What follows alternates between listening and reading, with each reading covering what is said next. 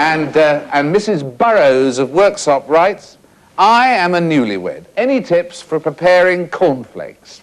Well, yes, Mrs. Burrows. Lloyd says you can do pretty well anything you like with them. Just don't boil them in the bag.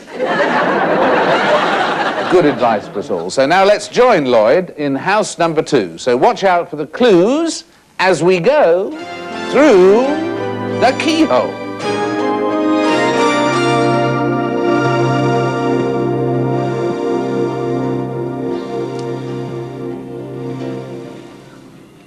Well, I'd live in the car.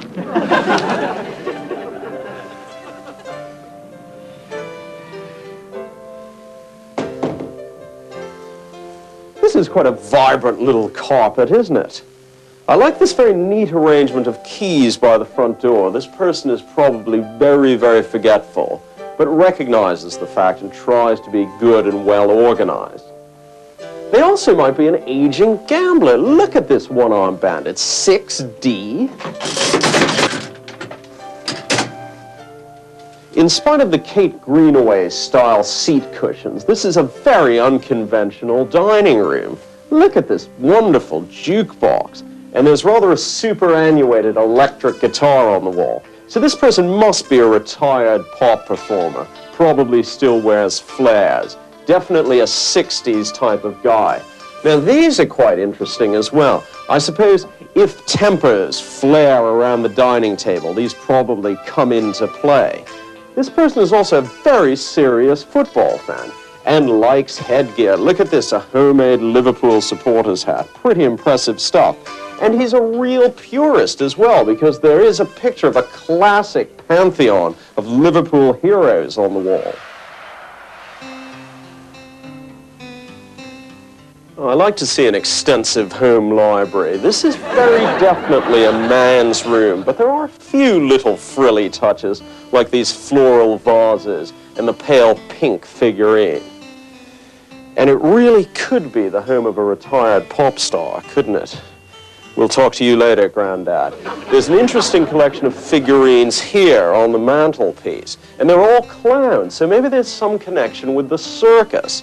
There certainly appears to be a love of flying. There's a very fine likeness of a Spitfire here, and a good collection of model airplanes here.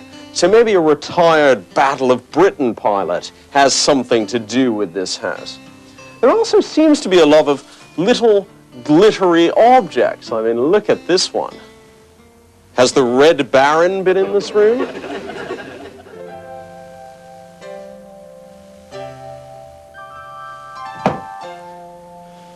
Well, he may wear flares, but they're incredibly well creased, the mark of a fastidious person. And this is quite interesting, a cautious man as well. You never know when war may break out again. Let's look at some of the evidence. The one-armed bandit, the classic football picture, and the model airplanes. What sort of person lives in a house like this? David, it's over to you. Thank you again, Lloyd. And now for our home and studio audience, here's whose house it is.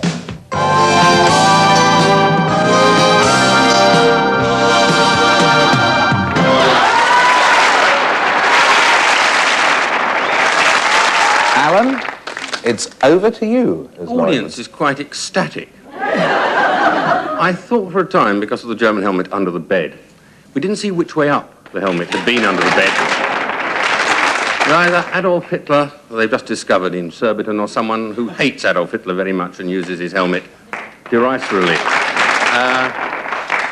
You've got it already, have you? He's got a Mercedes. He's got a Mercedes. He likes old Spitfires, but he's not really war-connected unless he writes about the war.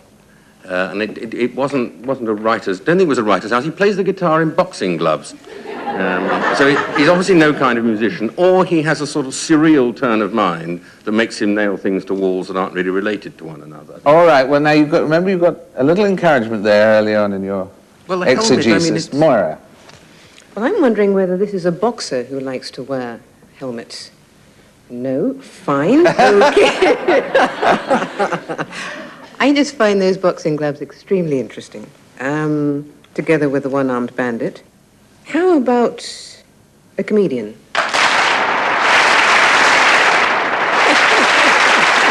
Well done. Well, let's go on to Willie on that, with that help, Willie. A comedian who has invaded Poland. I got confused by the one-armed bandit, and then I saw there were two boxing gloves. That was all right, but they were gay boxing gloves.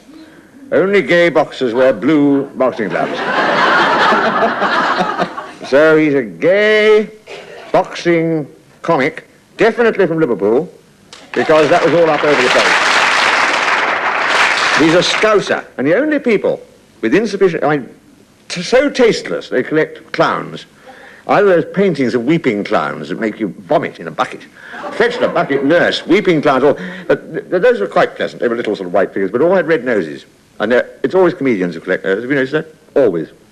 Comes down from, oh, what's his name? I've gone again. Red Skelton paints them. He does the weeping clowns. Very interesting. So, it's a one-armed, gay, Liverpudlian who lost his arm while serving in the German army. As far as I'll go at the moment. Or it's a comedian. And an amnesiac.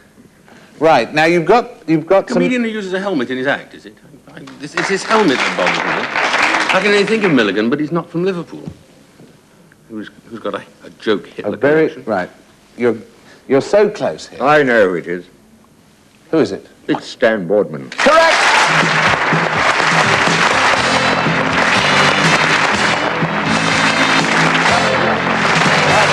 Hello, Stan. Great to see you. Well, they got you there, didn't they? That was great, that, yeah, smashing, yeah. Gradual, stage by stage, peeling off the layers. Yeah, I was a bit concerned about Willie, though, because they weren't weeping clowns, they were laughing clowns. I don't like weeping Couldn't clowns. see that. No, that was the paintings they always do a weeping, aren't they? I couldn't see their faces on there. I like everything around me smiling and laughing, you know, like you.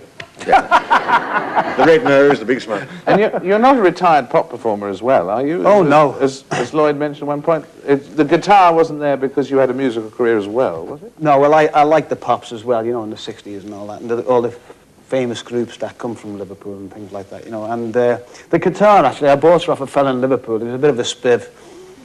He said it was Roy Rogers' guitar, so I bought it off him for 50 quid. And when I got home, it was an electric one. And where did the great German catchphrase start? The Germans? Yes. Well, they bombed our chip shops. And I think it's just the way we say it in Liverpool, you know, the Germans. And whenever you go outside of Liverpool, people always pick up on the way we talk, you know. You know, I always thought people that outside of Liverpool talk the same, you know, until I went away to Newcastle and couldn't understand the word they're talking about. But when I used to do the clubs around Newcastle and Scotland, everyone used to go, the Germans. If I told one joke about the Germans, the audience used to shout back, the Germans. So I just stuck with it. Yeah. Where did the helmet actually come from in there? The German helmet. Well, I keep it under the... Off a German head, I imagine. I keep it under the bed because it's a jerry.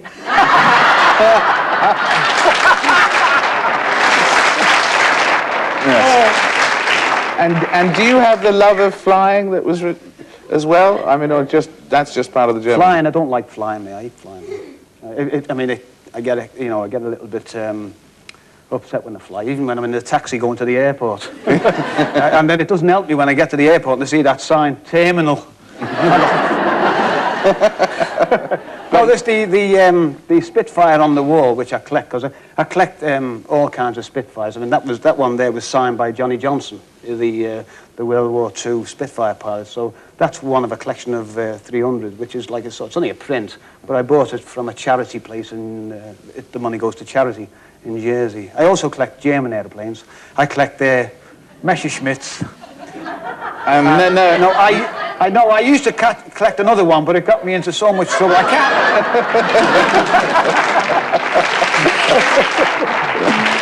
And you collect pictures of Liverpool. You're mad about Liverpool. Yeah, I'm mad about Liverpool. Yeah, I love Liverpool. I go and watch them whenever I can. Yeah. Well, it's a joy having you with us, Stan. We'd like to present you with your gold through the Keyhole key as a memento. Thank you for being with us. Thank you for letting us be with you, Stan. It's been a joy. Thank you very much. Joy having you with us on the show. A joy having with us Alan Corran. A joy having with us Moira Stewart. Joy having with us William Rushton. Our thanks to Stan Boardman right here, and of course to Jack Charlton as well. Until the next time, good night, everybody. Good night. Good night.